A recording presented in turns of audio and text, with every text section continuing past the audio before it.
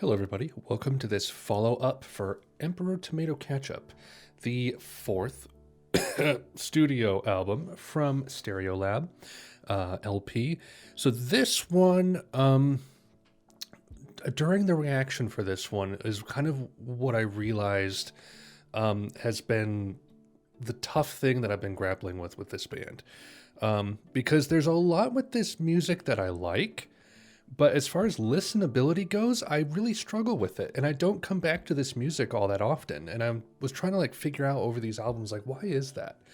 But during the Emperor Tomato Ketchup reaction, I believe it was, I kind of came to the realization, I felt it with Mars, but I sort of was able to put it into words with Emperor. And that's Stereolab takes post-rock and kind of progressive music ideas, but puts them in a pop and a pop rock format. It's not like these are really long, sprawling, long track compositions of post-rock. They're, songs anywhere from 2 minutes, 3 minutes, up to 5. Sometimes there's longer ones. But in some ways that makes it difficult for me to really come back to this music often. Because it, like I said, it sort of falls into a crack as far as my listenability preferences go. But anyway, track by track on this thing, I like this more than Mars. It's really close, I think. By the way, I haven't heard Dots and Loops yet. I'm about to record that, so I can't compare it to Dots and Loops. I think it's really close to me, with Transient. It's inching closer and closer to being my favorite, or tying with Transient as my favorite. Tracks like Metronomic Underground is a really solid opener. Sybil's Reverie, one of my favorite Stereolab tracks, period. I love everything about the composition, the performance, the dynamic phrasing of the track, the way it kind of takes that break in the middle and then it crescendos back to the main theme. Definitely one of my favorites. Percolator is a fun little interesting track that has that kind of 90s bouncy synth at the beginning there. Less Yper-Sound.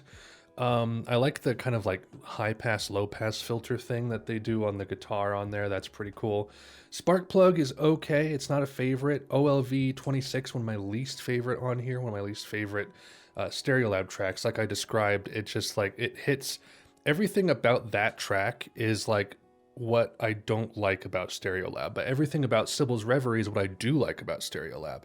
So it's not a love-hate relationship, but it's just those two tracks represent the types of tracks that Stereolab do that I dislike the most or like the most.